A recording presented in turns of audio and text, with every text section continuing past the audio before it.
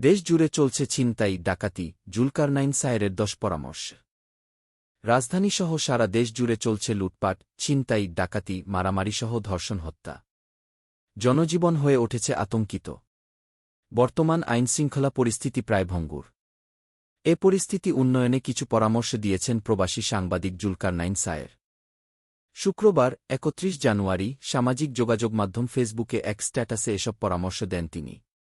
পোস্টে তিনি লিখেন, বাংলাদেশের বর্তমান আইনশৃঙ্খলা পরিস্থিতি উন্নয়নে কিছু পরামর্শ। ১. রাজধানী ঢাকায় কেন্দ্রীয় এবং দেশের সব বিভাগীয় সদরে আনসার পুলিশ, র্যাব, বিজিবি সামরিক কর্মকর্তাদের সমন্বয়ে নিরাপত্তা পরিস্থিতি পর্যবেক্ষণের লক্ষ্যে টাস্কফোর্স গঠন করুন। প্রতি সপ্তাহে প্রেস ব্রিফিংয়ের মাধ্যমে দেশের আইনশৃঙ্খলা পরিস্থিতির আপডেট জানান।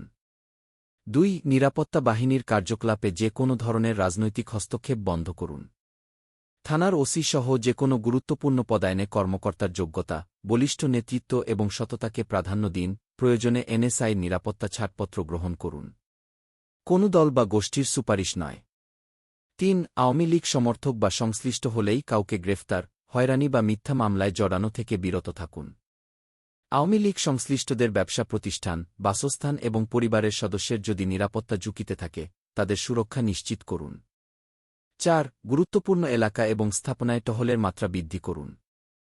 রাজনৈতিক পরিচয়ে চাঁদাবাজির সাথে জড়িত ব্যক্তিদের বিরুদ্ধে যথাযথ ব্যবস্থা গ্রহণ করুন। ৫. অতি উৎসাহী ব্যক্তিগোষ্ঠীর তৎপরতা বন্ধ করুন। ৬. নিরাপত্তা কাজে নিয়োজিত সকল সদস্য যেন পর্যাপ্ত পরিমাণে বিশ্রাম নিতে পারে তা নিশ্চিত করুন। তাদের খাবারের মানোন্নয়ন করুন, ব্যারাক লাইনে যেন একটু শান্তিতে ঘুমাতে পারেন সেটার ব্যবস্থা করুন। ৭. দেশের সকল ট্রাফিক পুলিশের ভাতা বৃদ্ধি করুন। তাদের রেইনকোট, ছাতাসহ প্রয়োজনীয় সরঞ্জাম সরবরাহ করুন। থানায় দায়িত্ব পালনরত পুলিশ সদস্যদের সঠিকভাবে প্রশাসনিক কাজের পরিবেশ ও আসবাবপত্রের ব্যবস্থা করুন। ৮. স্বরাষ্ট্র উপদেষ্টা ও পুলিশ প্রধান মাসে অন্তত ৭ দিন যেন দেশের বিভিন্ন এলাকা পরিদর্শন করেন সেটা নিশ্চিত করুন। তাদের পরিদর্শন যেন কেবল দরবার বা মিটিংয়ে সীমাবদ্ধ না থেকে নিরাপত্তা কাজে নিয়োজিতদের সাথে ইন্টারেকশনমূলক হয় সেটার ব্যবস্থা করুন। ৯. আইনশৃঙ্খলা পরিস্থিতি নিয়ন্ত্রণে যারা নিয়োজিত তাদেরও পরিবার রয়েছে। তারা যেন পরিবারের সময় ন্যূনতম সময় কাটাতে পারেন সে ব্যবস্থা করুন। দেশের সকল জেলা কারারক্ষীদের কাজে সহায়তায় এপিবিএন মোতায়েন করুন। কারাগারে মাদকসহ নিষিদ্ধ সামগ্রীর ব্যবসা বন্ধ করুন। বিনা বিচারে আটকদের মুক্তির ব্যবস্থা করুন। রাজনৈতিক পরিচয় ব্যবহার করে চিহ্নিত অপরাধীরা যেন ফায়দা লুটতে না পারে সে বিষয়ে দৃষ্টি রাখুন।